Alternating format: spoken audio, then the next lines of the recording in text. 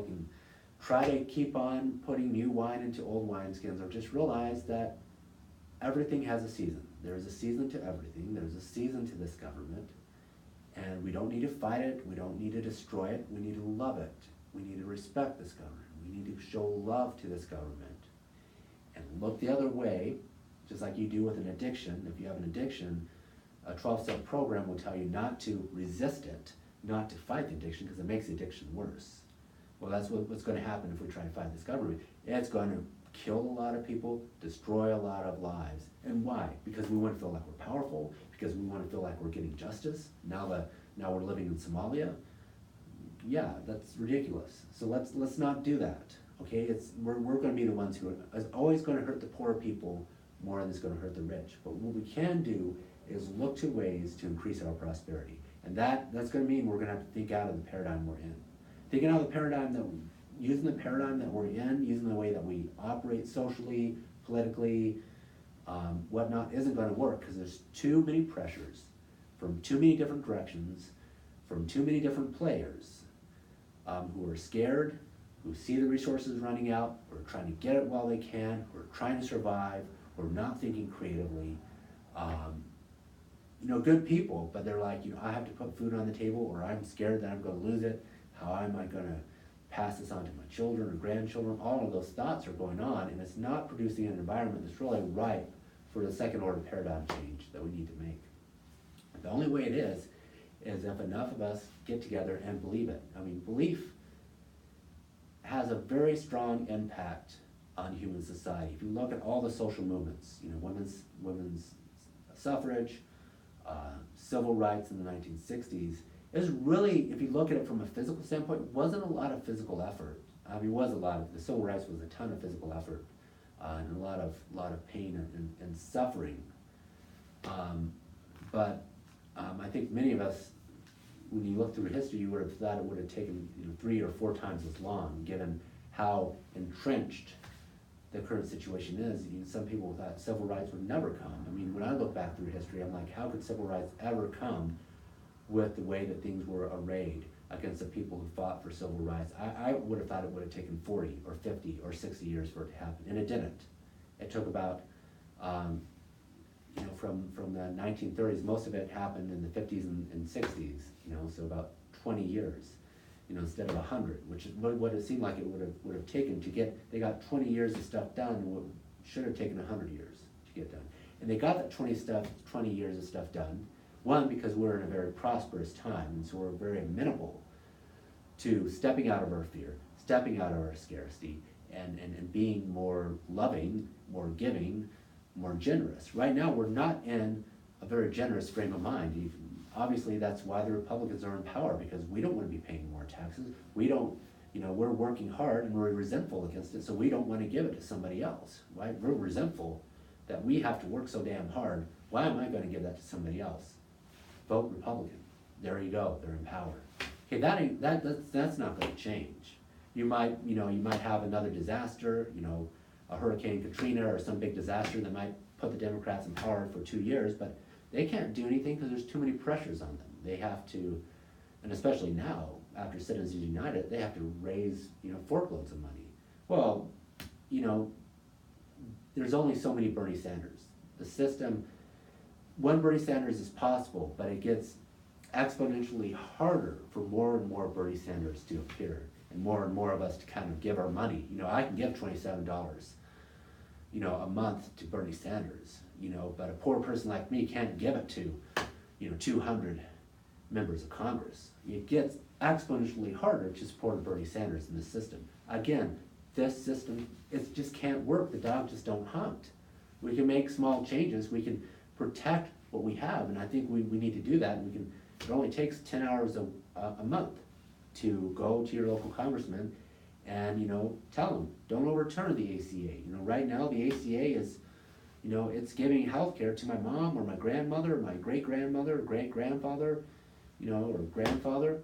Don't overturn that. It's keeping them alive, okay? And we can do that. We can kind of, we can take to the airports and say, this travel ban is ridiculous. It's hurting the strongest and innermost desires of all Americans, which is to connect with people of diverse faiths, of diverse cultures, and to love them and to grow from them. We relish the cultural diversity that we do have now. I mean, it's a part of our heritage, cultural diversity. We're an immigrant nation from, the time of 17,000 years ago when the first peoples arrived on this continent to, to the injustices that happened later, and then the people that followed them. We are an immigrant nation that has put injustices on its land, whether it be the injustices on the biological species that were done by the first peoples. There's some evidence that some of that was wiped out because, hey, it was, free money, free game that never saw a human, game that wasn't afraid of humans, and wiped out a lot of species. We didn't know that would be disaster at that time. We didn't know about evolution. It's 17,000 years ago, and there are, we are human beings are flawed, and when we get together and in groups, we can support really flawed mindsets, and that's kind of what we're doing now. But we can look back on our history as being an immigrant nation and relish the plurality that is our nation, and look back to the first peoples as guides on how to connect to this universe, and this connecting to the universe can be the principles behind new technologies. So not only can our forebears, the first peoples, be guides to how we relate and connect and feel peace and happiness with all that is around us, with the nature, the animals.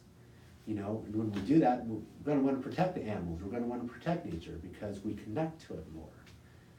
That's what they had to learn. They had to learn after what happened during the first migration. They had to learn to connect, and we can follow their example, but we can also use that as a basis for new technologies, a basis of not opposition or duality, but non-duality or connection, free energy, looking at things not necessarily space and time is relative, as Einstein has pointed out.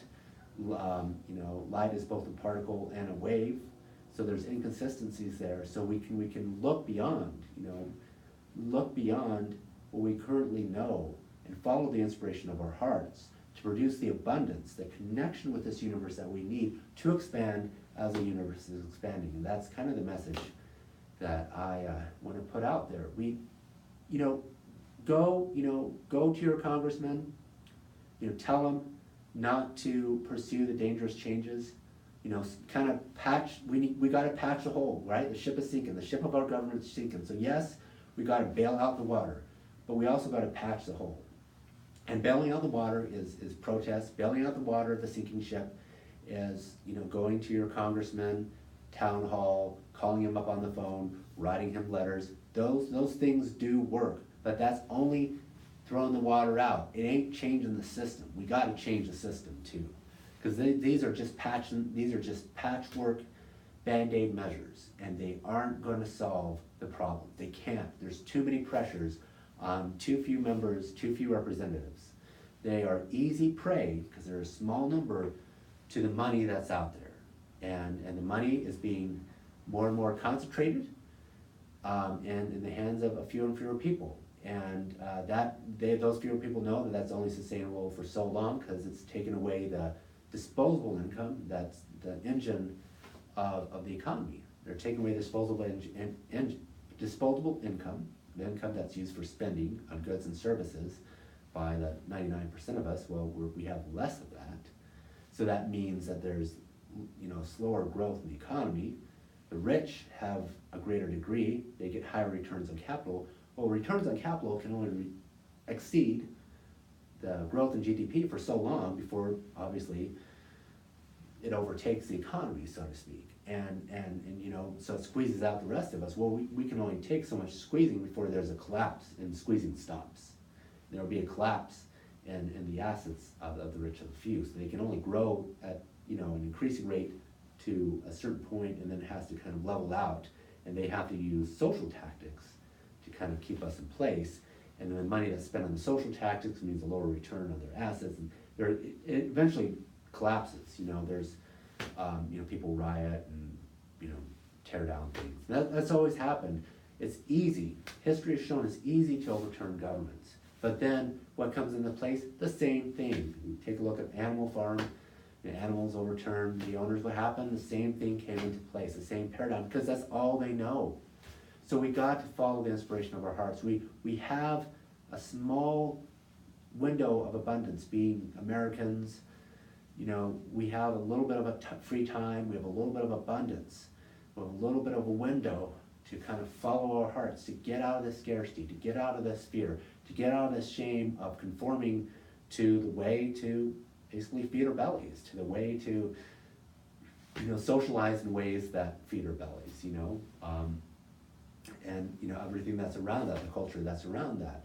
We got to step out of that and be ourselves, and think outside of the box, and ultimately we got to find new forms of energy that aren't explained by science. We got to step out of science. Science ain't working for us right now, and we got to step out of it, and we got to try experimenting. We got to try tinkering around. You know, until the Wright brothers flew, we didn't even think, you know, we didn't even think flying was possible. You know, there was a debate for the longest time up until the 20th century about whether there was such a thing as an atom. Okay, a lot of the advances in science were resisted because they couldn't be explained. And, you know, there's just so much doubt around them. And we're facing the same doubt around pushing outside of the way things are done, the way things are explained, you know, because it seems incredulous, it seems ridiculous, but we have to be ridiculous. We have to do ridiculous things, and we have to follow our heart. And when enough of us follow our heart together, change is very easy. Let me tell you, it is very easy. If enough of us come together with the energy of mind and spirit and purpose. There's materialistic aspects. When somebody is in a certain frame of mind, their voice changes, their actions change, the decisions they make in their life lead them to come across other people who are of similar frames of mind, because mathematically their decisions lead them together. So you can explain that away from a materialistic. And you can also say maybe there's, you know, an unexplained element to that, kind of, you know, other aspects of energy that bring people together, other aspects of energy, you know, the kind of an unknown, so to speak, aspect of it that seems to have made it really easy for us to do change when we come together in one heart and one mind. And we have to do that when we have to do that from not working within existing paradigms of business, of politics, but of trying to create new technologies through an open source method, not by gaining profit on our own, not by, you know, survival. If we come at it from a survival mindset, something that creates abundance and gets us out of survival, we can't get to it by going from a survival mindset. We got to get into it from an inspiration mindset. If we get into something with a survival mindset, we can't